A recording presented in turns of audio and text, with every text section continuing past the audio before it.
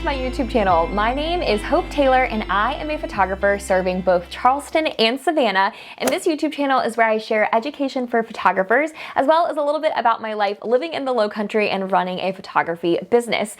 And today's video is one that is really important to me. It's one that I have struggled with my entire life and that I think every single person struggles with. I think that work-life balance is, first of all, unattainable, right? Like, I think that it is a fluffy rainbow unicorn of a thing that people talk about, but it's constantly a work in progress. I don't know that I know a single person who has successfully mastered the art of work-life balance. I believe it comes in seasons. I believe naturally there's going to be seasons of hustle and seasons of rest, and I think it's really hard to achieve work-life balance on a day-to-day basis. But I do think that there are a lot of things that you can do and change and add into your routine to have a little bit more of a consistent work-life balance in your day-to-day. And because I started my business when I was 17 years old, this is something that I was very bad at the beginning.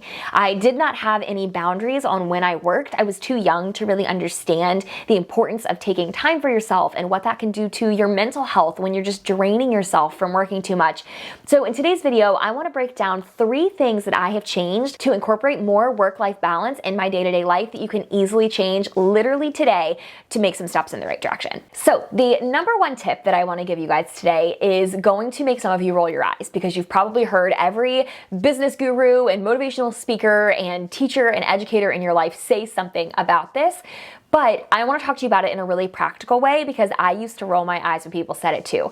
And my tip is to create a morning routine, but not a morning routine that is focused on capitalizing on your productivity and being as productive as possible, but a morning routine that focuses on pouring back into yourself. And I've mentioned this on my YouTube channel before, but I am somebody that struggles with anxiety. I have my entire life. I see a therapist. My therapist is my best friend, and I'm very open about that. And I was talking to my therapist a few months ago, maybe closer to a year ago, and talking about that I was just feeling really drained, and that by the end of every single work day, I was feeling like I was trying to pour from an empty tank, and it was making me very anxious and really emotional, and I just felt so tired, and like I couldn't even go over to my parents and talk to them and be excited about having dinner with my family because my tank was just so empty that I didn't even want to go be social, and that's super out of the ordinary for me. And she said, well, Hope, what are you doing on a day-to-day basis that's refilling your tank? What are you doing to fill yourself up and to make yourself feel better so that work doesn't become your only outlet for negative energy? And I was like, well, nothing. The answer is nothing. I'm not doing anything for myself. And we basically got into this conversation of, okay, well, if you don't have any outlet for releasing your stress or releasing your anxiety that isn't work related, then you just get into this pattern of only working more and more and more to distract yourself, and then feeling more and more tired and more anxious and emptying your tank and not refilling it.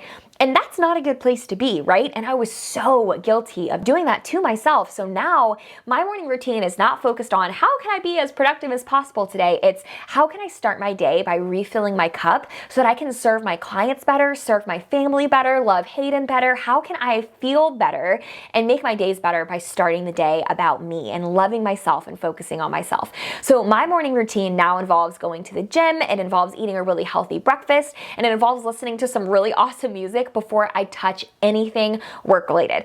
And I'm not one of those gurus that's going to be like, move your body and make sure you work out. That does not have to be your morning routine. Your morning routine can just be getting up and reading a book. It can be going for a walk. It can be playing with your puppy. It can be making breakfast with your spouse. It can be whatever that looks like for you that fills your tank before you start working.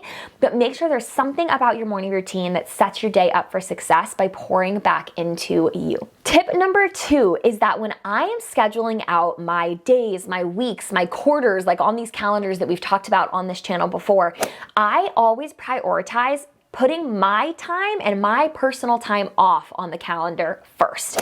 And that's probably, some of you are like, yeah, Hope, that's way easier said than done. Like, I am too busy for that. And I understand that. I run a very busy, high demand business. But with that said, I have learned that I cannot serve anyone well or love anyone well around me or live a work-life balanced life if I'm not prioritizing my time off as a way to love other people better. If I am not fulfilled, if I am not happy and thrilled and enjoying my life, I'm not serving anybody well, right? I'm not excited about my client shoots if I haven't had a day off in 6 months. I can't function like a robot. And so I want to make sure that my time off is something that I protect fiercely. And so when I am scheduling my weeks at a glance or my months or my quarters at a glance, the very first thing that I do is mark off my time off. I mark off family vacations, birthdays, anniversaries, trips, anything that is related to my personal life that refills my tank gets marked off on my calendar first and is non-negotiable. And then the rest of my business functions around that, right?